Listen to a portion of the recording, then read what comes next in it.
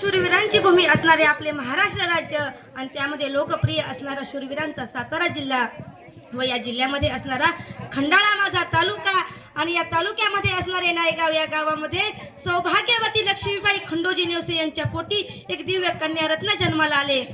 3 जानेवारी 1831 रोजी जन्माला आले। तिचे नाव त्यांनी सावित्री असे ठेवले। त्या काळी समाजात मुला मुलींची नावे देवाच्या नावावरून ठेवायची।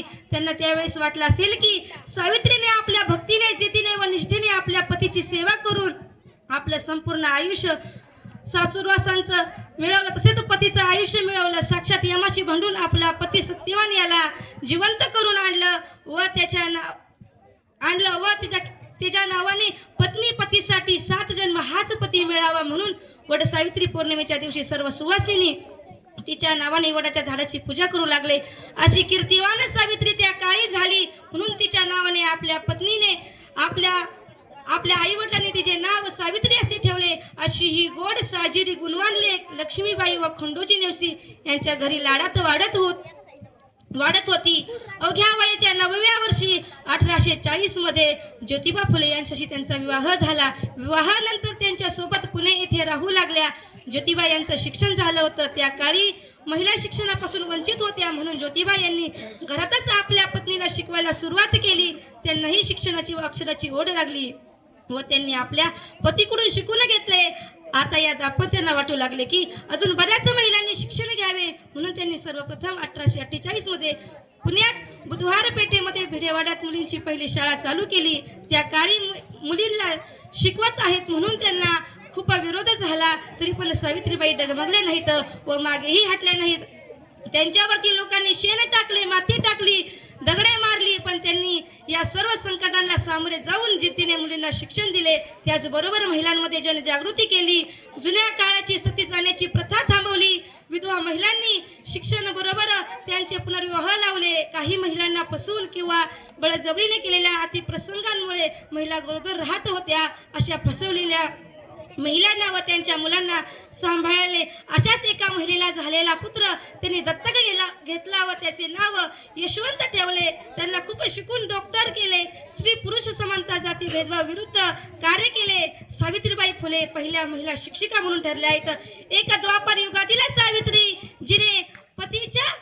तिने यमापासून पतीला सोडवले व एक कलियुगातील सावित्री जिने पतीच्या सहकार्याने सशक्त सुताच्या पायावर उभ्या राहणाऱ्या महिला नारी बनवल्या। चूल मूल व 4 भिंतीच्या आत असणारी नारी, सशक्त हुशार चलाक देहवानी जागरूक नारी बाहेर काढली। काष्ट्याची साडी, डोक्यावर पदर, कपाळी आडव्या कुंकाची धार, पतीचा व ज्येष्ठांचा आदर, आल्या गेल्यांची कदर असा मराठी पेहराव पण विचारसरणी मात्र गगनाला गवसणी घालणारी व कार्य आता समुद्रावर पोहोचणारी, ज्याची दखल इंग्रजाच्या राणीने घेतली व ज्योतिबा व सावित्री यांचा सत्कार केला। आज रिक्षापासून ते विमान चालवणारी, अगदी अंतरावर पोहोचणारी, आपला देश चालवणारी नारी ज्यांच्यामुळे घडली त्या क्रांती ज्योत ज्ञानाची ज्योत पाजळणारी सावित्रीबाई आज मला व सर्व महिलांना ज्यांच्यामुळे समाजात ताठमानेने जगण्याचा मान आहे त्या सावित्रीबाई यांनी आपले संपूर्ण आयुष्य समाजसेवेत घालवले। पुण्यामध्ये खूप मोठी प्लेगची साथ आली तेव्हा त्यांनी व त्यांचे पुत्र यशवंत यांनी रुग्णांची खूप सेवा केली व ही प्लेग संसर्गजन्य आजार होता व सेवा करता करता त्यांनीही आजाराने गाठले व वयाच्या 66व्या वर्षी 10 मार्च 1857 रोजी त्यांना देवाज्ञा झाली। परंतु त्यांनी केलेले कार्य अजूनही जिवंत आहे। आज आम्ही सर्व सावित्रीच्या लेकी आहोत। 3 जानेवारी हा दिवस आपण त्यांचा जन्मदिवस अख्ख्या महाराष्ट्रात बालिका दिन व महिला मुक्ती दिन म्हणून साजरा केला जातो। श्री शिक्षणाचे शिल्पकार ज्ञान गंगोत्री सावित्रीबाई नेवसे फुले यांना विनम्र अभिवादन करते व शेवटी इतकेच म्हणते, क्रांती ज्योती सावित्री जगी अवतरली, क्रांती ज्योती सावित्री जगी अवतरली। नारीसाठी जन्मभरी संसारी झुंजली, नारीसाठी जन्मभरी संसारी झुंजली। अज्ञानाच्या तिमिरी होती ती दुर्बल नारी, अज्ञानाच्या तिमिरी होती ती दुर्बल नारी। हाती पाटी घेऊन नेली नाव पहिलं तरी, हाती घेऊन पाटी नेली नाव पहिलं तरी। एवढे बोलून मी माझे भाषण संपवते। जय ज्योती, जय क्रांती, जय हिंद, जय महाराष्ट्र।